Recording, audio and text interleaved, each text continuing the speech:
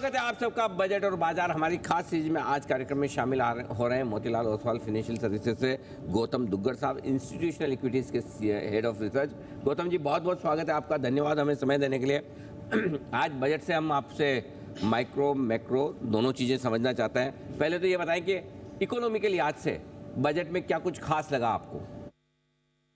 Good morning Anil ji. मुझे यहाँ बुलाने के लिए धन्यवाद। बजट के हिसाब से अनिल जी ये बहुत ही एक मेरे हिसाब से बेस्ट डिसीजन था कि फिस्कल कंसोलिडेशन को कंटिन्यू करे। किसी ने उम्मीद नहीं की थी कि फाइनेंस मिनिस्टर 5.1% फिस्कल डेफिसिट का टारगेट FY25 के लिए लेंगे। बिकॉज आप समझिए ये इलेक्शन ईयर है जहां पे स्टेक्स बहुत ज्यादा है। It's a very high stake election, Lok Sabha का ये इलेक्शन है।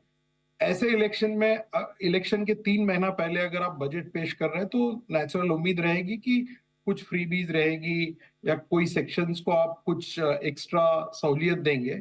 अगर आप नंबर्स देखें तो रेवेन्यू एक्सपेंडिचर में केवल 3.5% और नॉट इवन 3.5, 3.2% का ग्रोथ उन्होंने पेंसिल इन किया है अगले साल के लिए, जो ये दर्शाता है कि पॉलिटिक्स के इतने हेवी कैलेंडर के बावजूद गवर्नमेंट फिस्कल कंसोलिडेशन के पाथ पे चलना जारी रखेगी। FY26 के लिहाज से भी अगर आप देखें, जो उन्होंने कमिटमेंट दिया है पहले भी 4.5% फिस्कल डेफिसिट का, एक बहुत ही स्ट्रॉन्ग स्टेप है उस डायरेक्शन में। दूसरा, इंडिया का मैक्रो माइक्रो ऑलरेडी बहुत स्ट्रॉन्ग है। कॉर्पोरेट अर्निंग्स आप देखें, इन्फ्लेशन कम हो रहा है, करंट अकाउंट डेफिसिट कंट्रोल में है, आपका करेंसी स्टेबल है, क्रूड ऑयल प्राइसेस भी 75-80 के रेंज में है और कॉर्पोरेट अर्निंग्स आपका काफी अच्छा चल रहा है अभी। सो ऐसे माहौल में एक कंटिन्यूटी वाला बजट उन्होंने पेश किया है जिसमें कैपेक्स पे फोकस है और फिस्कल कंसोलिडेशन पे फोकस है। तो मुझे लगता है not only equity market, even bond market के लिए काफी अच्छा बजट है। रेटिंग एजेंसीज भी इस नंबर को बहुत क्लोजली देखेगी क्योंकि हमारे रेटिंग के लिए बहुत इंपॉर्टेंट है कि हमारा बैलेंस शीट और फिस्कल कंसोलिडेशन कंटिन्यू रहे। और तीसरा, जो बॉन्ड इंडाइसेस में इंडिया का इंक्लूजन हो रहा है उसके लिहाज से भी ये बहुत ही इंपॉर्टेंट स्टेप है। तो मुझे लगता है ये बहुत अच्छा ये बजट रहा है। हालांकि इसमें कोई फ्रीबीज नहीं थे, किसी भी सेक्शंस के लिए कुछ नहीं था extra, but the fact that economy already आपकी काफी स्टेबल है और स्टॉक मार्केट बहुत मजबूत है, उसमें एक कंटिन्यूटी वाला ये बजट हमें देखने मिला है कल। कुछ शायद यही बड़ी बात है कि चाहते तो बहुत कुछ पॉपुलिस्ट भी कर सकते थे, लेकिन नहीं, फिस्कल डेफिसिट को काबू में रखेंगे, वित्तीय अनुशासन रखेंगे, ये बड़ी बात इस बजट में नजर आई। दूसरी बात जिससे शायद ग्रोथ को और बढ़ावा मिले, उस पर आपसे राय लेना चाहता हूँ। कैपेक्स का आंकड़ा 11 लाख करोड़ के पार जो निकला है, उसका क्या असर देखते हैं आप और कहाँ पर? देखिए अनिल जी, FY19 में यानी कि आज से 5 साल पहले जो गवर्नमेंट का कैपेक्स एलोकेशन था, कैपेक्स स्पेंडिंग का, वो था 3,07,000 करोड़। वहां से FY24 रिवाइज एस्टिमेट के हिसाब से कल जो उन्होंने आंकड़े पेश किए, FY24 का कैपेक्स स्पेंडिंग है 9.5 लाख करोड़। तो आप ऑलरेडी 3 लाख करोड़ से 9.5 लाख करोड़ तक आ चुके हो 5 साल में, राइट? More than 3 times. इतने हाई बेस पे अब आपको वापस 17% एक्सपेक्टेशन है ग्रोथ का, उन्होंने बजट एलोकेट किया है FY25 के लिए। तो ये एक जैसे मैंने पहले कहा कि एक कंटिन्यूटी दर्शाता है कि गवर्नमेंट का फोकस, इस गवर्नमेंट का फोकस हमेशा से capex, investment, manufacturing, PLI, export, इन सब चीजों पे रहा है। तो ये जो एनहांस एलोकेशन है, जैसे आप रोड्स देखिए, रेलवेज देखिए, मेट्रो, डिफेंस, ये सारे जो चीज है, करीबन करीबन 2,72,000 करोड़ उन्होंने रोड और 2,52,000 करोड़ रेलवेज को दिया है। 5-6 साल पहले रेलवे का बजट होता था 40,000 करोड़ का एलोकेशन। सो एक काफी एनहेंस बेस पे भी आपने 4 या 5 या 10% के आसपास इसको इंक्रीज किया है। तो मुझे लगता है ये एक सिग्नल है गवर्नमेंट का कि जो हेवी लिफ्टिंग था उन्होंने पिछले 5 साल में कर लिया है, अब यहां से वो इसको कंसोलिडेट करेंगे और ऐसी कंडीशन बनाएंगे इकोनॉमी में जिससे कि प्राइवेट सेक्टर को भी एक इनकरेजमेंट मिले इन्वेस्टमेंट करने के लिए। इसलिए आपका फिस्कल डेफिसिट नीचे होना बहुत जरूरी है, बिकॉज इससे आपका इन्फ्लेशन थोड़ा कम हो सकता है, इंटरेस्ट रेट्स के लिए एक लोअर बेस फॉर्म हो सकता है। और अगर इंटरेस्ट रेट आपका इकोनॉमी में लो रहेगा और थोड़ा सा डिमांड रिवाइवल होता है तो प्राइवेट सेक्टर भी कैपेक्स करने के लिए बहुत इनके लिए एक बहुत पॉजिटिव ये सिग्नल हो सकता है। हमें लगता है कि ये जो पूरा मार्केट का एक डायरेक्शन है पिछले 2-3 साल से, जो इंडस्ट्रियल्स, कैपेक्स, रियल एस्टेट की तरफ थोड़ा सा झुका हुआ है, वो आगे भी कंटिन्यू हो सकता है। कैपेक्स जो सरकार की तरफ से वो प्राइवेट सेक्टर की भी तरफ से भी इन्वेस्टमेंट को देगा बढ़ावा। इसके अलावा कौन से सेक्टर्स आपको लगता है जिनके लिए बजट में कुछ फायदेमंद चीजें हुई है? मुझे लगता है अनिल जी, केवल बजट के हिसाब से अगर आप देखें तो कोई भी ऐसा एक सेक्टर नहीं जिसको आप कह सकते कि ये पॉजिटिव है या नेगेटिव है।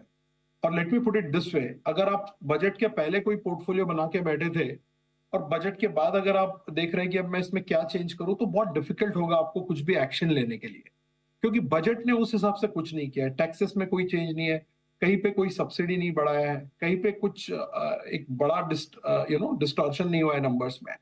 सो जो आपका पोर्टफोलियो पहले था, जो आपके चॉइसेस पहले थी, वही आपको कंटिन्यू करना होगा। जहां तक हमारा सवाल है, हमें industrials, real estate, hotels, consumer discretionary, cement, capital goods, इस पे हमारा बड़ा ओवरवेट है, और साथ ही साथ पीएसयू बैंक्स में है। अभी जबकि काफी सारे बैंकों के नतीजे आ चुके हैं, आपने एक चीज देखा होगा, कई क्वार्टर्स के बाद, 10-12 क्वार्टर्स के बाद मुझे प्राइवेट बैंक्स में नंबर्स कटे हुए दिखे इस बार। और जो रिजल्ट्स भी आए, वो थोड़े थोड़े बिलो एक्सपेक्टेशन थे, एक या दो बैंक्स को अगर आप छोड़ देते तो। जबकि पीएसयू बैंक्स के सारे रिजल्ट्स इधर इनलाइन थे या बेटर देन एक्सपेक्टेशंस थे, और कहीं कहीं पे हमने अर्निंग्स अपग्रेड भी देखे हैं। और ये सारे बैंक्स, पीएसयू बैंक्स, अभी भी 1 to 1.1 time price to book और 5 to 7 time price to earnings पे ट्रेड कर रहे हैं। जैसे कि हमारे मॉडल पोर्टफोलियो में एसबीआई है, बैंक ऑफ बड़ौदा है, काफी बड़ा हमने ओवरवेट रखा है पीएसयू बैंक्स पे, वो हम अभी भी कंटिन्यू कर रहे हैं। अभी 2 दिन पहले बैंक ऑफ बड़ौदा के नतीजे आए थे। केवल 700 करोड़ या 600 करोड़ का कुछ प्रोविजन है उनका, 0.7% नेट एनपीए है, और स्टॉक अभी भी 1.1 टाइम प्राइस टू बुक पे है। सो ये जो सेक्टर्स है, यहाँ पे हमारा ओवरवेट है। कंज्यूमर डिस्क्रिशनरी भी उसमें शामिल आप कर सकते हैं। ऑटो पे हम न्यूट्रल है, एनर्जी पे हम न्यूट्रल है, और आईटी और मेटल्स पे हम अंडरवेट है। सो ये सेक्टर का जो हमारा पोजीशनिंग है वो कंटिन्यू रहेगा। एक जो डैम्पनर मुझे लगा था बजट में, जो मैं मेंशन करना भूल गया, वो ये है कि नियर टर्म कंजम्पशन के लिए इस बजट में कुछ भी नहीं था। सो जो कंज्यूमर स्टेपल स्टॉक है, जो ऑलरेडी पिछले 2-2.5 साल से स्ट्रगल कर रहे हैं, बिकॉज रूरल कंजम्पशन काफी स्लो रही है, तो वहां पे मुझे लगता है थोड़ा सा और स्ट्रगल आगे 1-2 क्वार्टर कंटिन्यू हो सकता है। तो कंज्यूमर स्टेपल में मुझे नहीं लगता है कि बहुत ज्यादा एक ओवरवेट पोजीशन रहनी चाहिए नियर टर्म के हिसाब से। गौतम जी, चूंकि एक बड़ी इवेंट बजट की निकल चुकी है, अब आगे अगली बड़ी इवेंट छोटी मोटी तो चलती रहेगी लेकिन इलेक्शन की है, तो अब निवेशकों को किस तरह से बाजार को अप्रोच करना चाहिए अब से लेकर इलेक्शन और इलेक्शन के बाद के लिहाज से? सो इलेक्शन एक इवेंट है जो आएगा, 4 दिन बाद वो खत्म हो जाएगा। जो पॉपुलर राय बन रही है स्टेट इलेक्शंस के बाद, हमने देखा है कई सारे ओपिनियन पोल्स भी आए, वो ये दर्शा रहे हैं कि करंट गवर्नमेंट फिर से पावर में आने की उम्मीद बहुत ज्यादा है। सो जो करंट डिस्पेंसेशन है उसको थर्ड कॉन्सिक्यूटिव टर्म्स मिलने के चांसेस बहुत ज्यादा है। इसका इम्प्लीकेशन ये होगा कि ये गवर्नमेंट की जो पॉलिसी रही है अभी तक, वो कंटिन्यू रहेगी, या शायद उसमें और ज्यादा एक एक्सेलरेशन आपको देखने मिलेगा। तो पोर्टफोलियो के नजरिए से अब देख रहे हैं तो बहुत ज्यादा चेंज करने की मुझे लगता नहीं जरूरत है। जहां तक मार्केट का डायरेक्शन है, लार्ज कैप और मिड और स्मॉल कैप में बहुत ज्यादा डिफरेंस हो चुका है। अभी लार्ज कैप के वैल्यूएशन आज के भाव पे अगर आप देखते हैं निफ्टी को, तो 19.5 से 20 का पी है, जो बहुत फेयर और रीजनेबल है इन माय व्यू, बिकॉज 10 साल के एवरेज पे वो वैल्यूएशन अभी ट्रेड कर रहा है। तो मुझे लगता है लार्ज कैप में अभी भी अपसाइड है, अगर हमारे अर्निंग्स नहीं घटते हैं। मैं आपको एक सिंपल मैथ्स बताता हूँ। आज हम 970-975 के भाव पे है ईपीएस FY24 निफ्टी का।